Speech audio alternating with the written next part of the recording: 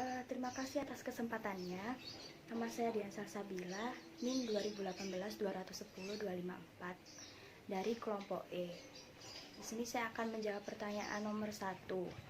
Apa maksud dari ketersediaan jumlah harga dari produk pengganti merupakan hal yang terpenting yang harus diperhatikan dalam menetapkan harga jual di pasaran sebagai bagian dari manajemen harga.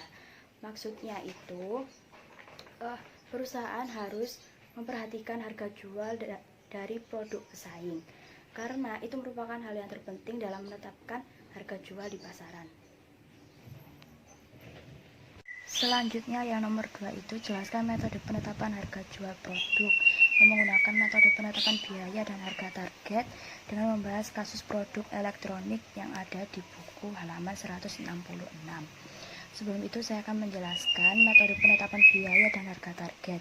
Metode ini dilakukan oleh perusahaan memproduksi barang atau jasa dengan biaya yang sudah ditarget, karena harga juga ditarget. Harga tersebut adalah harga yang bersedia dikeluarkan oleh konsumen untuk membeli produk tersebut. Kita lihat contoh halaman 166. Sebuah produk elektronik akan dijual seharga 2 juta. Jika perusahaan menginginkan laba 15%, maka kita itu harus menghitung laba yang diinginkan dulu. Laba diinginkan itu diperoleh dari harga jual dikalikan laba.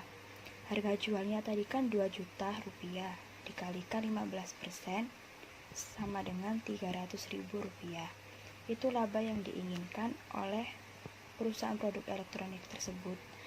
Selanjutnya kita akan menghitung biaya target. Biaya target itu diperoleh dari harga jual dikurangi laba yang diinginkan. Harga jualnya tadi kan 2 juta rupiah dikurangi 300.000, maka ketemu 1.700.000. 1.700.000 ini termasuk biaya target. Jadi, untuk memperoleh laba yang diinginkan sebesar 15%, maka perusahaan produk elektronik tersebut dalam biaya produksi dan penjualannya itu tidak boleh melebihi biaya target yang sebesar 1.700.000. Sekian penjelasan dari saya yang nomor 2. Selanjutnya itu nomor 3. Buat satu contoh soal dan pembahasan penetapan harga jual produk dengan metode penetapan biaya dan harga. Sebelum itu saya akan menjelaskan tentang metode penetapan harga berdasar biaya. Metode ini menetapkan harga dengan menetapkan terlebih dahulu tingkat pengembalian atas modal yang ditanamkan. Tingkat pengembalian modal tersebut juga merupakan tingkat laba minimal yang harus diperoleh perusahaan. Di sini saya sudah membuat contoh soal. PT Harapan memproduksi tas kulit dengan total modal yang digunakan oleh perusahaan ini sebesar 600 juta rupiah dengan tingkat pengembalian investasi atas modal yang digunakan sebesar 25%. Volume produksi dan volume penjualan yang direncanakan adalah 60.000 unit. Sedangkan biaya yang dikeluarkan untuk membuat seluruh produk sebesar 390 juta rupiah. Tentukan biaya jual per unit produk berdasarkan 1. Tingkat pengembalian investasi atas modal, 2. Berdasarkan biaya atau markup, dan biayanya itu sebesar 20%. 20% ini biasanya diketahui dalam soal. Jawab. Yang pertama itu tingkat pengembalian investasi atas modal. Berdasarkan tingkat pengembalian investasi atas modal, itu rumusnya itu total biaya ditambah tingkat pengembalian atas modal dikalikan modal dibagi volume penjualan.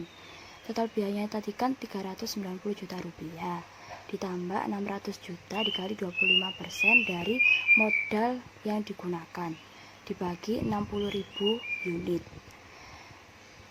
390 juta rupiah ditambah 150 juta rupiah dibagi 60.000 unit ketemu 9.000 rupiah. Jadi harga jual produk berdasarkan tingkat pengembalian investasi atas modal adalah Rp9.000 per unit produk. Cara ini membutuhkan informasi jumlah modal,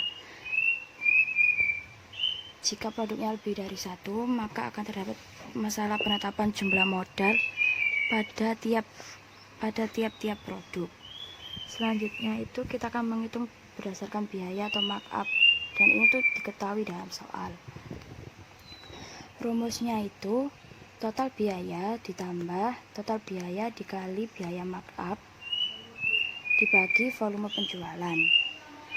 Total biayanya itu 390 juta rupiah ditambah total biaya 390 juta rupiah dikalikan biaya markup itu yang udah diketahui di soal sebesar 20% dibagi 60.000 unit sama dengan 390 juta rupiah ditambah 78 juta rupiah dibagi 60.000 unit ketemu 7.800 unit per produk. Jadi harga jual produk berdasarkan biaya itu sebesar 7.800 unit per produk.